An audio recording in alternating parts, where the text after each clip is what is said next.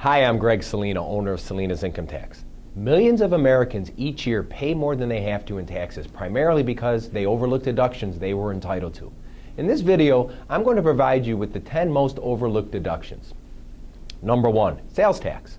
You may hear that this tax break expired, which it does regularly, only to be reinstated by Congress.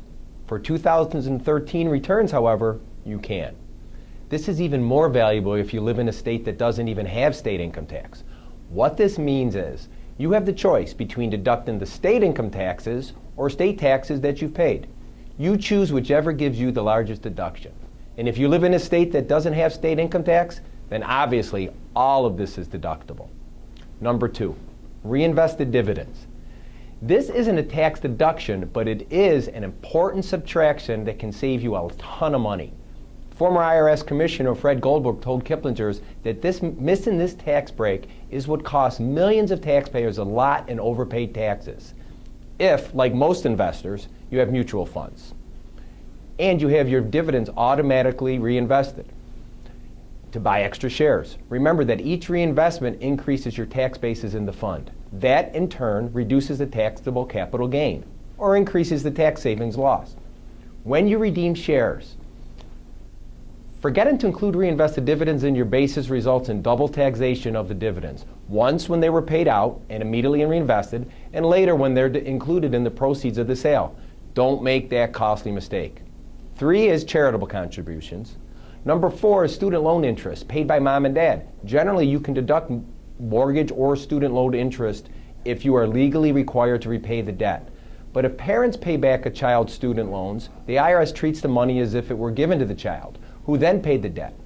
So a child who's not claimed as a dependent can qualify to deduct up to $2,500 of student loan interest paid by their mother or their father.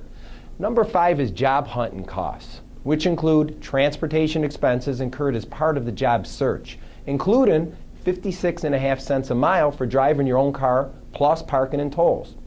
Food and lodging expenses if your search takes you away from home overnight, cab fares, employment agent fees, costs of print resumes, business cards, postage, and even advertising. Number 6, moving expenses as a result of getting a job, as long as the job takes you over 50 miles in the move.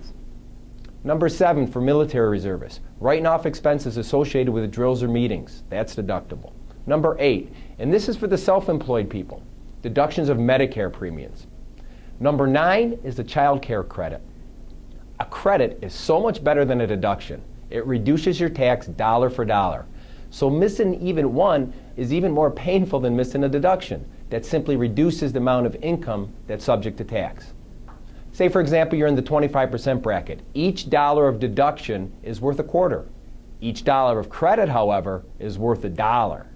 You can qualify for a tax credit worth between 20 and 35% of what you pay for child care to allow you or your spouse to go out and work. And lastly, number 10, estate tax on income in respect of a decedent. This sounds complicated, but it can save you a lot of money. Say if you inherit an IRA from someone whose estate was big enough to be subject to the federal estate tax.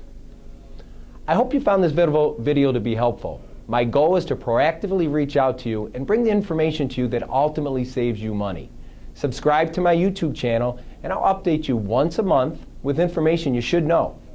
Thanks for listening and have a great day.